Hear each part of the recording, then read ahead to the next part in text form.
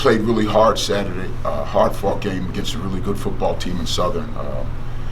We did some things that we thought we could do against them. We ran the ball well, we threw the ball well, let them do some things against us that we were hoping that we wouldn't allow them to do is let the quarterback run, because that's what really hurt us during the game.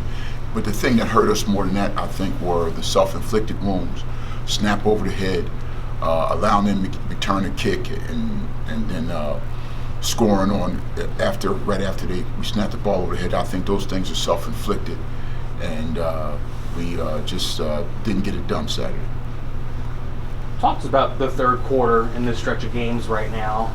Y'all have kind of gotten caught off guard sometimes, a lot of times on special teams also. Walk us through what exactly is happening in the third quarter for Jackson. Well, it seems as though we get in situations and we've done things like, for instance, one game it's snap, it's catching a snap against on extra point field goal. This game it was a snap over the punter's head, something we hadn't done all year that really affected us. And it just you cannot do things against good football teams and donate things to good football teams and win football games. And we've been doing that. And I don't think it's just in third quarter. I think we did something in the fourth quarter against Alabama A&M that affected us. So it's just at doing things that at inopportune times that kind of change the flow of the football game, and has an effect on the outcome of the game. Talk to us about Jalen Jones right now. I mean, second game now where he's blossomed, on paper, also multiple touchdowns, over 200 yards. Walk us through what's he been looking like for y'all so far. Well, it's actually 4 games if you count the end of the Valley game and you count Prairie View in these last 2 football games. He's becoming the guy that we expect him to be. It took him a minute to get acclimated to college football and get acclimated to the way we do things, into the offense. And he's got that, and you can see now, you can start seeing his gifts now. You can see the dynamic running, you can see his ability to make every throw on the football field. And all those things are beginning to come out. And the best thing about it is his best football's ahead of him. He hasn't even scratched the surface on how good he can be. Jalen still has some things that he needs to do emotionally and cerebrally in terms of learning the game and growing in the game. But once he gets those things down, he's going to be really, really a handful to stop. Talk about the rushing attack in this game. We saw a lot of gaps open up. We saw some big runs also, in particular with Jalen also.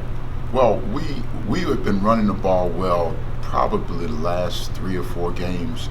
I think we ran it well in the beginning of the season, and then there was that time where we hit a little bit of a lull in the running game, but it's really beginning to open up for us over the last 4 games. And Southern was the best run defense in our conference, and we kind of ran the ball on them the way we wanted to run the ball, and so I think it bodes well for us as we go forward. We've got this 1 game left, but I'm just talking about in the future as a football team and having the kind of confidence that we can line up, we can knock you off the ball, we can open holes, and we can get the running game going. Because if you get the running game going, it makes the play-action pass game more effectively, and also just the basic drop-back pass, because they've always got to be worried about you pulling down and running, and then having Jalen back there really is a weapon, because you got to make sure you defend him.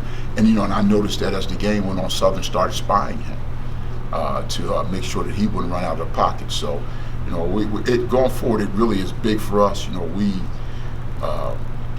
have not accomplished what I'd hope we'd accomplish this year as a football team, but I can see the progress of us getting better and better.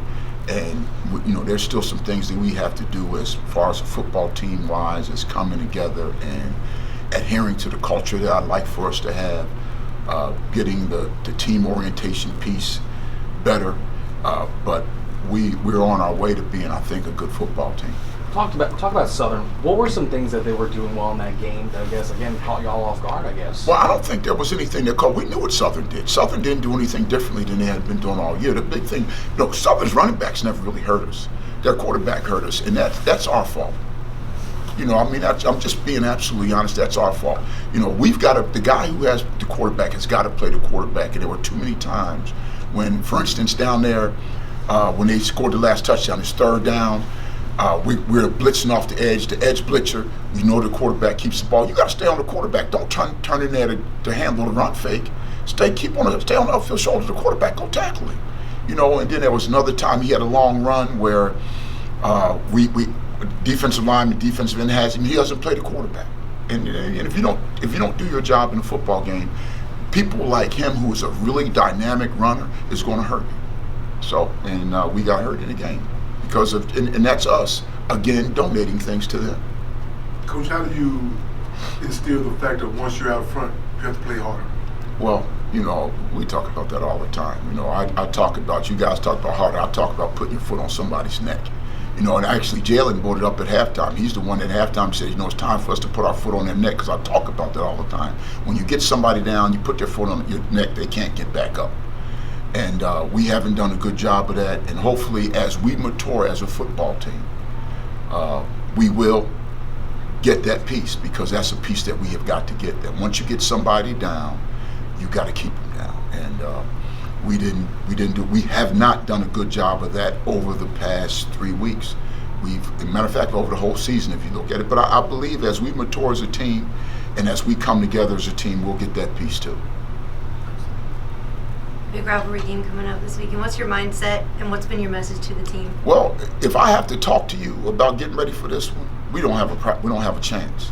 I mean, that's what I told them last night. If I got to talk to you and talk you up about getting ready for this game, then we're in the wrong place. So I think the kids do a good job. We had a really good practice last night. They ran hard. They're in good spirits. And you're a rivalry game, man. I've been a part of a lot of rivalries in my college career, and this is as good as any of them. It just doesn't get the national notoriety that some of the other ones get.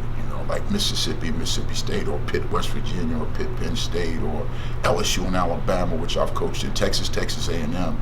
Those, people going to look at those universities and give them, but this rivalry is as good, it's as mean as any of them. So I'm looking forward to it. I'm looking forward to a really good atmosphere Saturday, and I think both teams will play their hearts out. So, let's roll it out, let's tee it up, let's kick it off, and let's see what happens. You have another athletic, very accurate quarterback that y'all are going up against this weekend, Felix Harper.